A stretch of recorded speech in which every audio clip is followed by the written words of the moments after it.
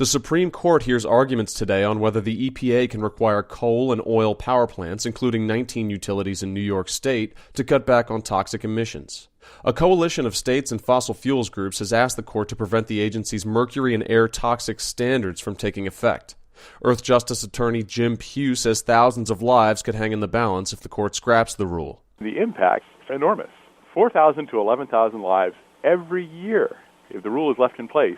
This would be the first year that the dirtiest coal plants would be cleaning up their pollution, and that many lives would be saved this year and next year and the year after that. If this rule gets thrown out, they won't be saved. The coal industry in states like Michigan that rely heavily on fossil fuels argue that the rule is too expensive to implement and that it could prevent some parts of the country from receiving the electricity they need. They also allege that the EPA should have considered the $9 billion price tag before issuing the rule. Exposure to toxins from power plants is higher in communities of color, 71% for African Americans compared to 56% for the general public, according to the NAACP.